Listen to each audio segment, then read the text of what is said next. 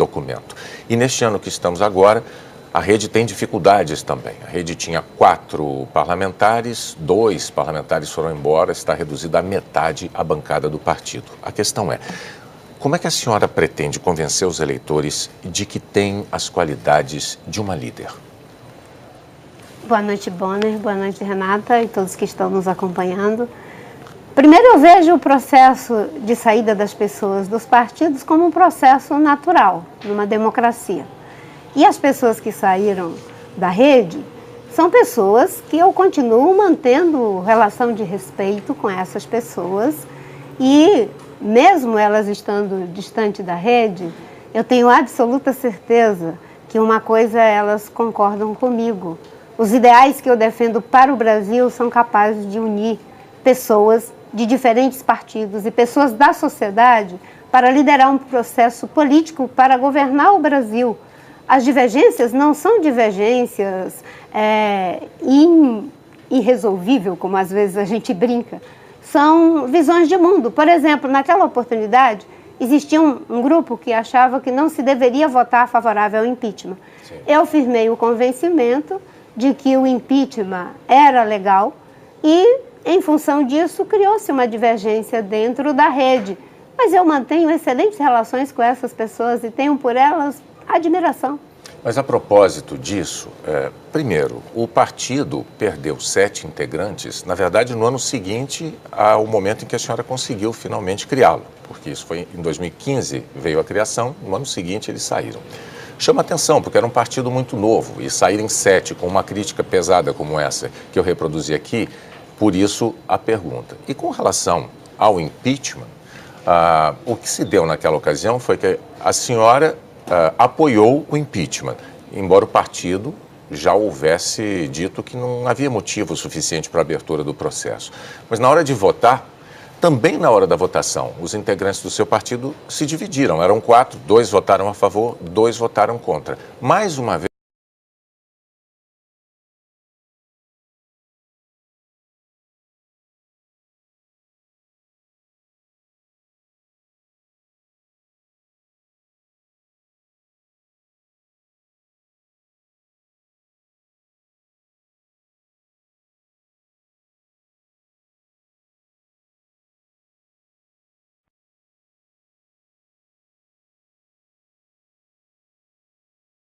era uma posição contrária. Mas quando eles entraram na rede, eles já haviam dito, se tiver uma votação em relação ao impeachment, nós não temos como votar favoravelmente. Isso tinha a compreensão de que seria assim. Quando nós firmamos a convicção de que o impeachment não era golpe, nós dissemos ao mesmo tempo, não é golpe, tem legalidade, mas não vai alcançar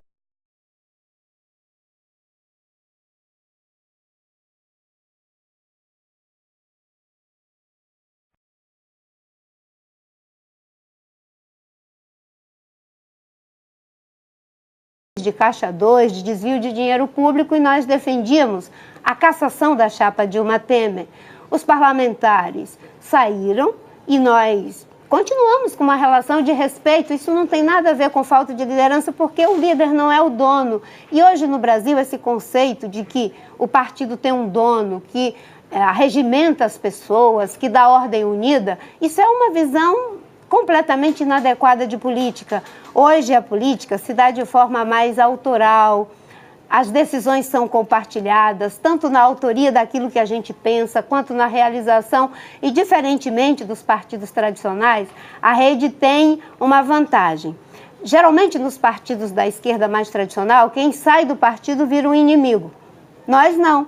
Nós continuamos mantendo relação e eu tenho certeza, pode ter certeza. Mas essas saídas, candidata, me permita só observar, as saídas fragilizaram no âmbito parlamentar a rede. Ela perdeu E ainda sobre a questão da liderança, né? A gente fala, poxa, não conseguiu liderar nesse tema dentro do partido, como liderar no país, né? Mas veja bem, nós vamos governar um país dialogando inclusive com essas pessoas que saíram. Eu posso te dizer, eu duvido que se eu ganhar a presidência da República Federativa do Brasil, essas pessoas vão sabotar o meu governo. Eu duvido que uma pessoa como o Suplicy vai sabotar o meu governo. Liderar não é ter todo mundo embaixo do mesmo guarda-chuva. Mas como a senhora pode garantir isso? Olha, ninguém nunca experimentou isso. Aliás, alguém experimentou. O Itamar Franco. O Itamar Franco, quando assumiu a presidência da República, numa situação parecida com essa, ele não tinha uma base.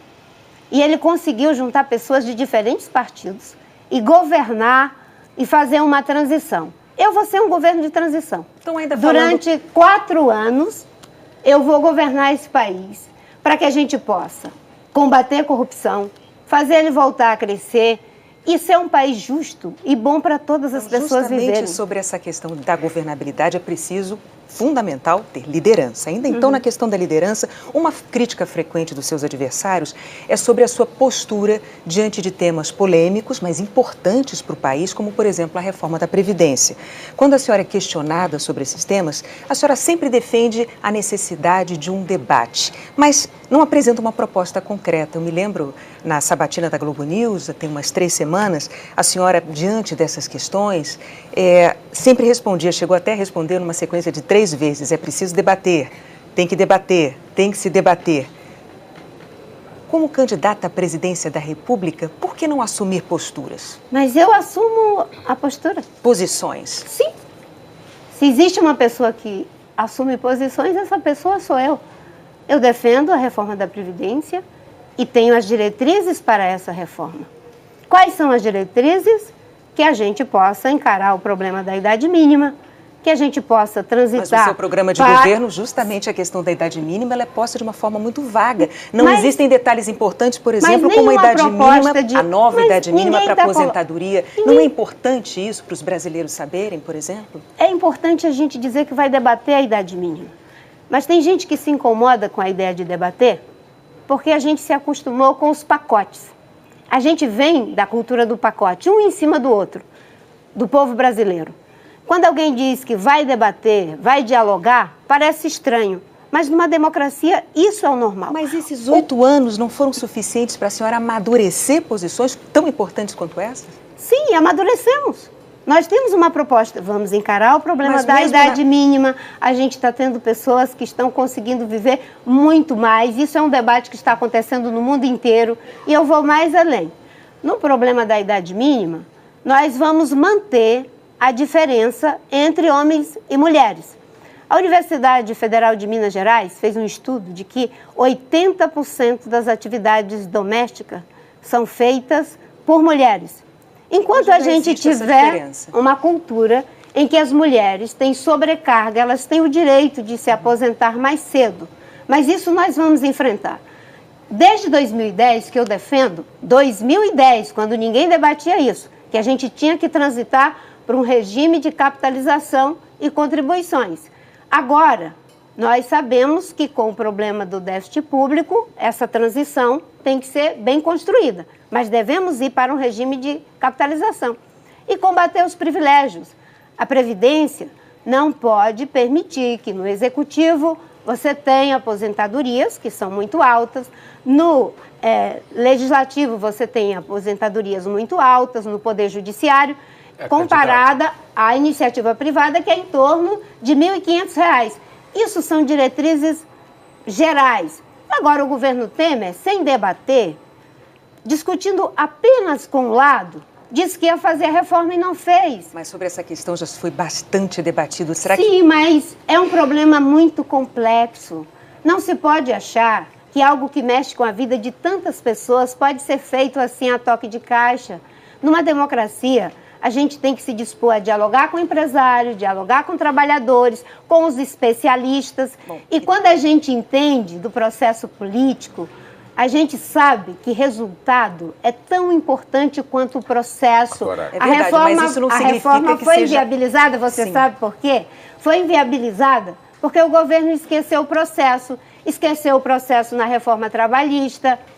Se ele tivesse atendido todas as questões que eram colocadas na reforma trabalhista, talvez hoje nós não tivéssemos a situação de ambiguidade. Agora, candidata, a respeito de reforma previdenciária e idade mínima ficou claro aqui, os eleitores só vão saber das idades mínimas que a senhora pretende propor depois de a senhora eleita. Mas eu queria debater, mudar... tem um compromisso de debater. Isso eles vai não haver precisam debater. se preocupar. Novamente debater. Deixa eu só voltar. Deixa eu avançar. Mas, candidata, porque eu queria avançar na entrevista. Preste atenção, vamos lá. Olha só. A gente vai deixar de abordar outros temas importantes para a senhora e para os eleitores. Mas veja bem, você acabou de dizer e os meus eleitores... Não, eu expliquei, mas você parece que continua com dúvidas. E eu quero dizer, não tenho dúvida, não. A Dilma e o Temer não apresentaram nada.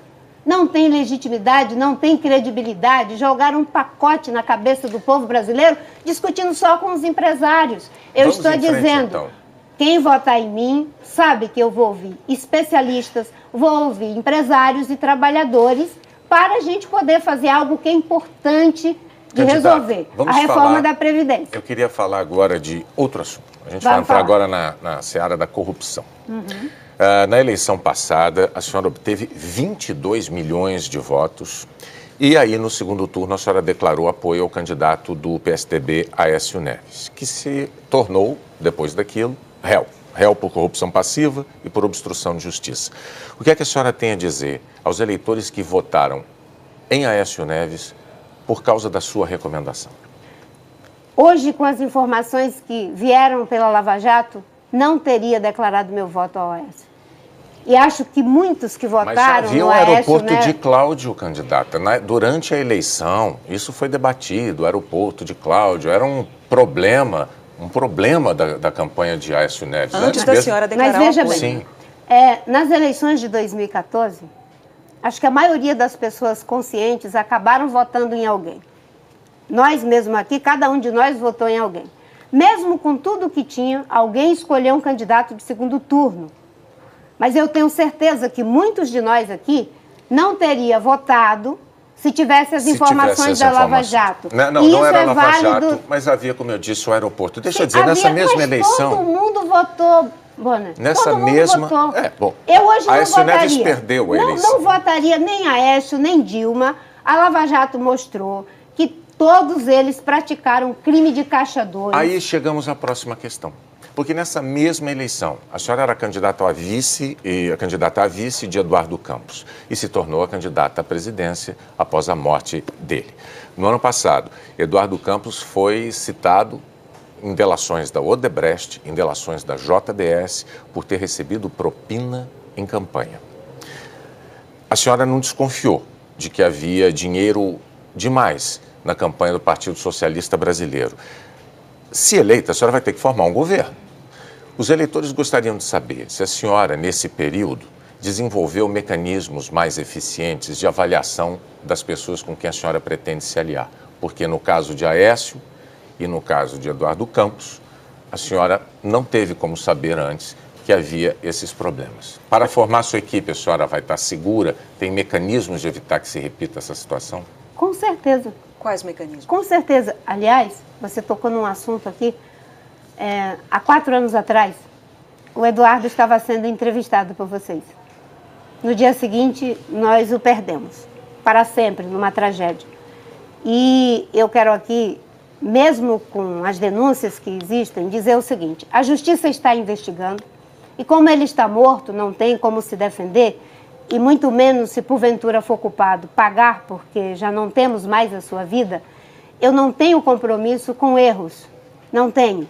Mas hoje eu estou muito bem calçada depois da Lava Jato. A senhora tem hoje esses mecanismos? Sim, com certeza. Eu fui a única candidata até agora a ir até a Transparência Internacional. E eles produziram mais de 70 propostas para combate à corrupção. Um trabalho denso. E eu me comprometi que não só vou adotar uma série de medidas que estão ali naquelas contribuições, porque eu sou a única candidata que diz que apoia a Lava Jato, que defende o Ministério Público. Vários fazem não, isso, mas candidata. na prática eu fiz 2 programas do meu partido de 10 minutos Bom, defendendo a Lava Jato. Mas veja, candidata, a prática e o discurso às vezes não se Não, encaixam. no meu caso se encaixa. Então vamos porque ver o que está acontecendo. 32 anos de vida pública. Eu a convido apenas a senhora analisar e responder a questão sobre as coligações estaduais. Não é um problema, é um problema nessas eleições, bem claro, não apenas para um candidato. Mas veja a sua situação. A senhora critica sistematicamente os partidos do chamado Centrão. Os partidos do Centrão têm 41 investigados na Lava Jato que a senhora apoia. E esses partidos do Centrão têm essa fama de praticar o famoso, né, toma lá, dá cá. É mais do que isso. Bom, é corrupção mas braba eles têm mesmo. corrupção braba, chame como a senhora preferir. A senhora reforça essas críticas. A senhora também chegou a dizer que naquele ano de 2014, na última eleição, o PT e o PSDB não estavam disputando a presidência da República, eles estavam disputando a presidência de uma organização criminosa. É uma declaração forte essa, né? Pois bem, nesta eleição agora, o seu partido, a Rede, ele tem coligações, ele participa de coligações com o PT em alguns estados, com o PSDB em alguns estados e com partidos do Centrão em outros tantos estados. E aí eu vou levar a pergunta.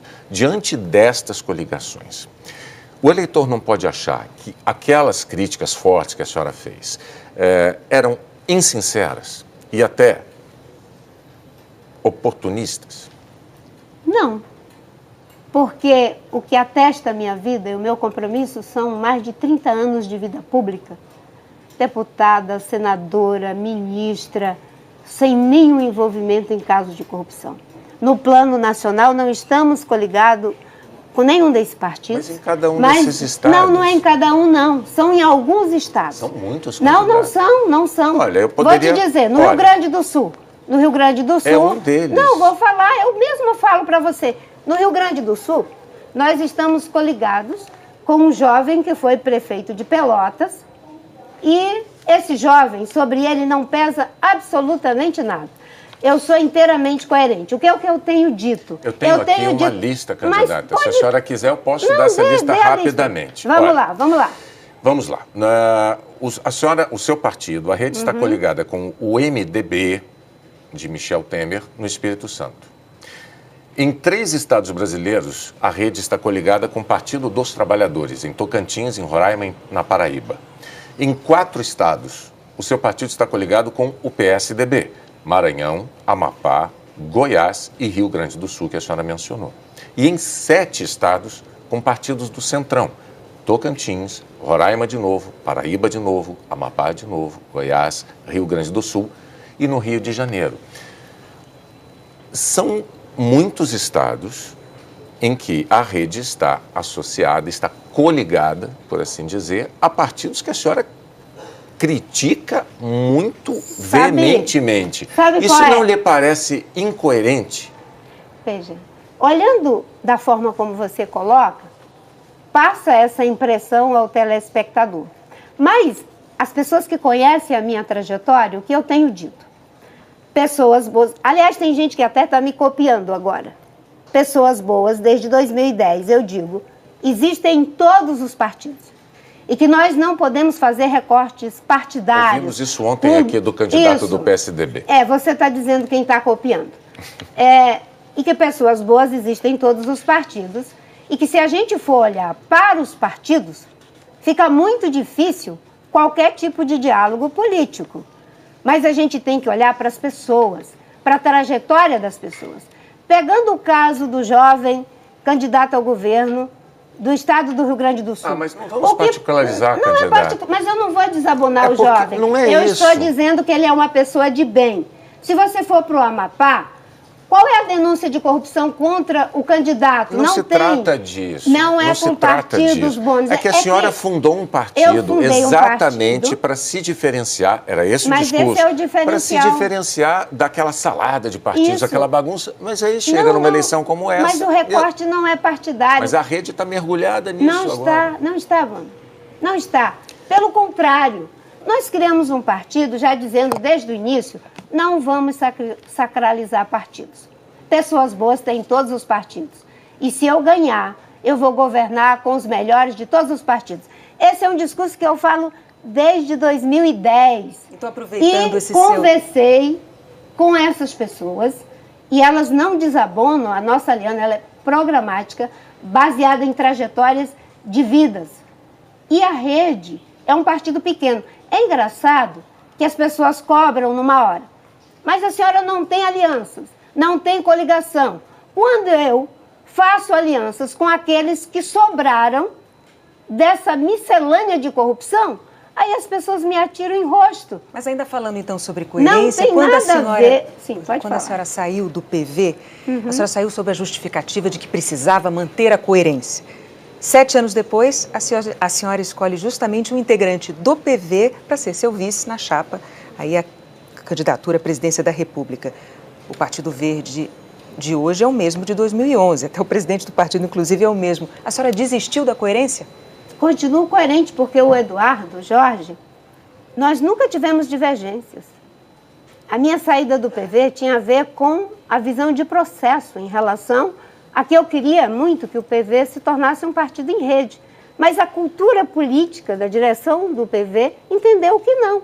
E eu criei um partido em rede, mas em termos programáticos, não há divergências. Candidata, junto em com o vice vários não aspectos. Vem o partido todo? Como? Junto com o vice não vem o partido também? Mas o processo interno do partido é completamente diferente. Eu não posso querer impor a cultura partidária da Rede aos demais partidos. O importante é que, em muitos aspectos, nós temos convergências. E essas convergências, aliás, são as mesmas que me fizeram ser candidata em 2010. Não tem coerência nenhuma. Eu e Eduardo temos muitas convergências, algumas divergências, mas isso é normal numa democracia. Então, ainda falando sobre divergências. Nós, no Partido Verde e a Rede, fizemos uma aliança inteiramente programática, inclusive com o PV, reconhecendo a soberania do meu programa em várias questões que haviam diferenças. Isso é típico da democracia. A Rede é um partido em rede, porque assim se conformou. E eu não vejo incoerência nenhuma. Incoerência, sabe o que é? É fazer aliança por tempo de televisão. É fazer aliança em troca de dinheiro para enganar a população com marqueteiro vendido a peso de ouro. Candidata, isso é que é incoerência. Para a gente conseguir, então, ir adiante e abordar outros temas. A bancada ruralista tem crescido no Congresso, inclusive cientistas políticos têm dito que ano que vem ela vai ser ainda maior. Como é que a senhora acha que seria possível conquistar votos desses parlamentares para o seu programa ambiental? Discutindo com eles em termos programáticos. Mas a bancada ruralista não são poucos os que temem, os que acreditam que o seu programa prejudica o agronegócio, que é tão importante para a economia do país. É que tem muita gente que trata o agronegócio como se ele fosse homogêneo. E não é.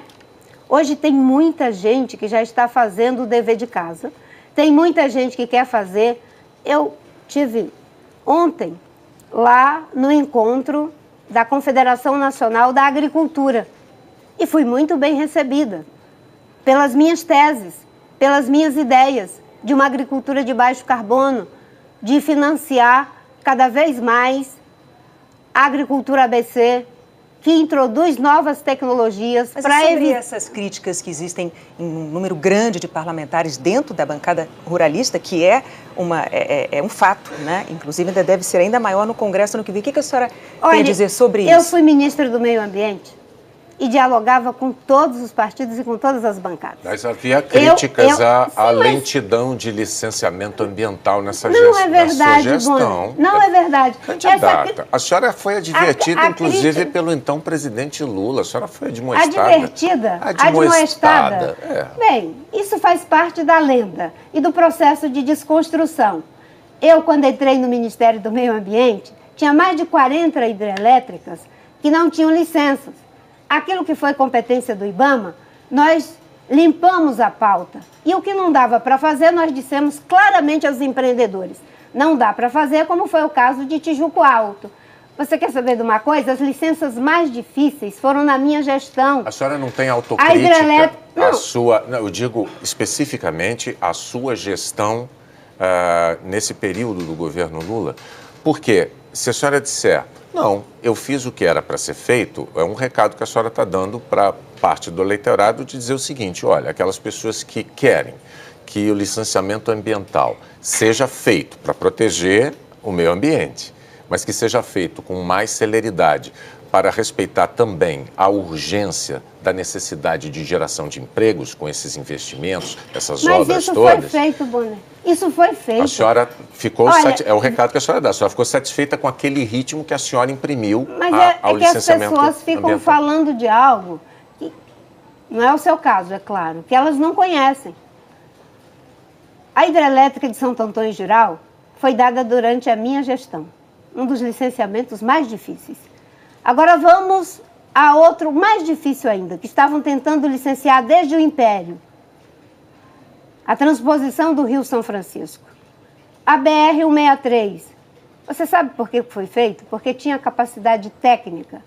Uma equipe que tinha condições de passar para a opinião pública a certeza de que aquilo não estava sendo feito por encomenda. Eu fui ministra durante 5 anos e meio e nunca ninguém me fez pressão para que eu desse uma licença que não tivesse base técnica. Tudo que nós fizemos foi de acordo com a lei. Agora, se você me disser, Marina, você acha que você tinha a estrutura adequada? Eu vou te dizer que não. E por que não tínhamos? Porque, infelizmente, há uma visão de que investir na diretoria de licenciamento, investir na diretoria de combate a crimes ambientais, isso é algo que eles encaram como custeio, e não é. Eu vou ser presidente do Brasil e vou mostrar que é possível integrar meio ambiente e ecologia, criar um novo ciclo de prosperidade. Eu vou aproveitar a deixa, então, para pedir a senhora, porque o seu tempo acabou, como nós explicamos desde segunda-feira, o tempo de 27 minutos é o tempo do entrevistado até ele ganhar esse minuto final para mandar a sua mensagem para os eleitores dizendo qual é o Brasil que a senhora quer para o futuro. O Brasil que eu quero para o futuro é um Brasil onde nenhuma pessoa tenha que passar pela humilhação de não ter o trabalho para sustentar a sua família. Eu sou mulher, sou negra, mãe de 4 filhos, fui seringueira, empregada doméstica, me alfabetizei aos 16 anos. E eu sei que muita gente acha que pessoas com a minha origem não têm capacidade para ser presidente da República. Eu estou aqui trazendo mais que um discurso. Eu trago uma trajetória, o compromisso de construir um país que seja justo e bom para todos, para empresários, para trabalhadores, para a classe média, para jovens, para mulheres. Muitas vezes as pessoas me admiram como uma exceção, mas eu não quero um país de exceção, eu quero um país de regras. Eu serei presidente da República com o seu voto para que esse país seja economicamente próspero, socialmente justo e ambientalmente sustentável. Candidata, muito obrigado pela sua presença, pelos seus esclarecimentos aos telespectadores do Jornal Nacional. Muito obrigada. A seguir, as atividades de campanha de outros candidatos à presidência.